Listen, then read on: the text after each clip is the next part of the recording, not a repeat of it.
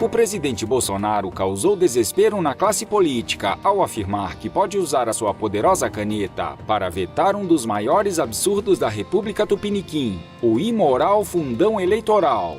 A declaração do presidente não agradou líderes partidários, que demonstraram enorme preocupação, pois já contam com os bilhões do dinheiro público, bancados por nós, trouxas pagadores de impostos, para torrarem suas campanhas eleitorais enganosas. Mas Bolsonaro lembrou que, caso vete o fundo, certamente será alvo de instalação de processo de impeachment pelo Congresso Nacional, que pode alegar que o presidente atentou contra um dispositivo constitucional. Obviamente, a sociedade brasileira é totalmente contra esse assalto aos cofres públicos e os políticos profissionais, mal acostumados e contando com essa verba bilionária, estão desesperados com a possibilidade do fim da mamata. O jurista Modesto Carvalhosa, grande crítico deste fundo da vergonha, foi direto ao escrever em seu Twitter: o presidente da República deve vetar integralmente o fundo eleitoral, assalto aos cofres públicos, sob pena de ser taxado de conivente.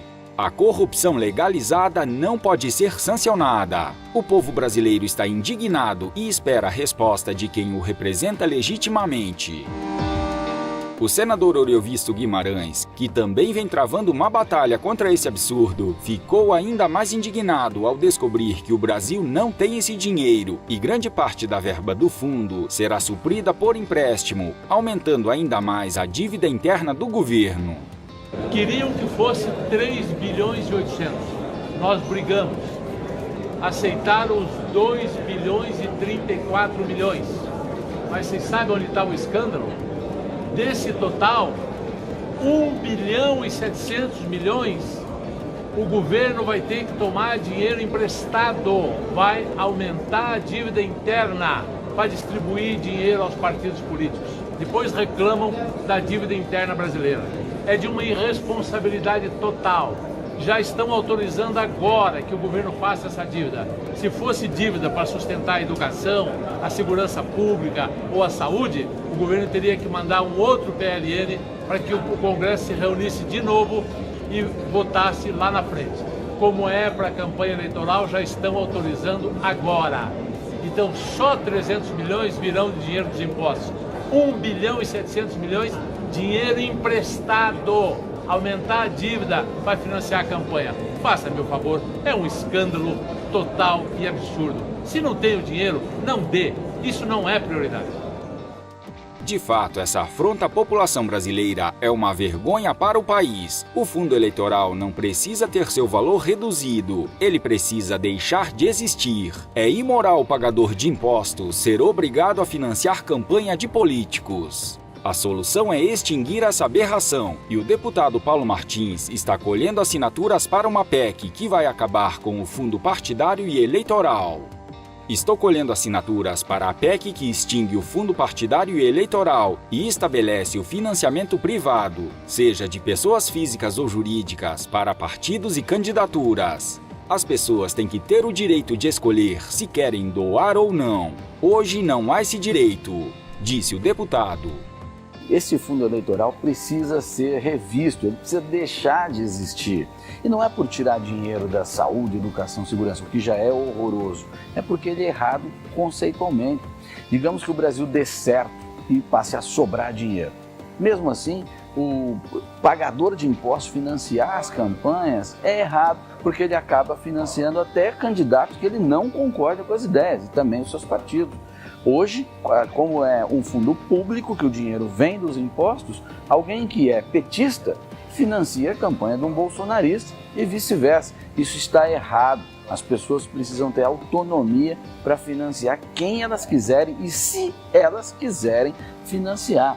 Partidos e campanhas devem viver com o dinheiro de doações de quem acredita em suas ideias e não do dinheiro tomado na marra do contribuinte. É um ambiente de liberdade para o brasileiro escolher se deve votar ou não, se deve financiar ou não, é o mínimo que esse país tem que oferecer ao seu cidadão. Em um Senado quase vazio, em ritmo de férias parlamentar, o senador Lazier Martins destacou o ano duro de trabalho, que, apesar dos contratempos, serviu como um grande aprendizado e teve momentos bons e ruins. Nós tivemos um ano duro de trabalho. Olha que tivemos muito trabalho. Tivemos a reforma da Previdência, que concentrou a maior parte de nossas atenções, depois a PEC paralela e inúmeros projetos de lei e PECs aparentemente de menor expressão, mas que nos deram muito trabalho. O trabalho das comissões, não realizamos tudo que gostaríamos, ao contrário, ficamos muito longe disso, mas também aprendemos muito. Foi um ano um tanto atípico, porque nunca este Senado Federal recebeu tantos senadores novos como aconteceu este ano. Foram 46 novos senadores dos 81, mesmo considerando que muitos vieram já de experiências parlamentares, da Câmara Federal, de Assembleias Legislativas, muitos vieram sem jamais terem atuado na política. Formamos aqui um grupo que se dispôs e continua se dispondo a combater corrupção. Denominamos esse grupo de Muda Senado, Muda Brasil, um grupo que está aberto permanentemente a novas adesões. Pretendemos atuar ainda mais intensamente no próximo ano.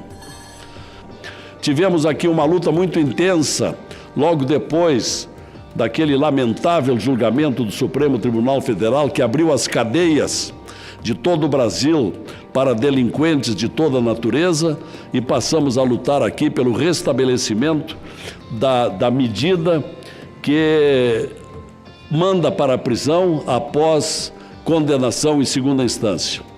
Pretendemos, no ano que se aproxima, no ano novo, voltarmos aqui para lutarmos pela aprovação no plenário do Senado Federal, esse projeto de lei número 166, da minha autoria, que já passou pela Comissão de Constituição e Justiça e, se possível, levarmos depois para a Câmara dos Deputados. Lazier fez uma justa homenagem à Polícia Federal, que vem realizando um fantástico trabalho e fechou recentemente o acordo de delação premiada com um dos símbolos da corrupção sistêmica do Brasil. Eu queria dizer que gostei muito de uma medida nesses últimos dias da parte da Polícia Federal. Um trabalho magnífico, um desempenho fabuloso de combate à corrupção. E nos últimos dias desencadeou uma operação de delação premiada por parte de um dos maiores corruptos desse Brasil, o político Sérgio Cabral, do Rio de Janeiro. Pois depois da Procuradoria da República não ter aceito essa delação premiada, a Polícia Federal realizou essa delação premiada, mandou para o Supremo Tribunal Federal, onde agora espera a homologação por parte do ministro Edson Fachin. E por que falo nisso?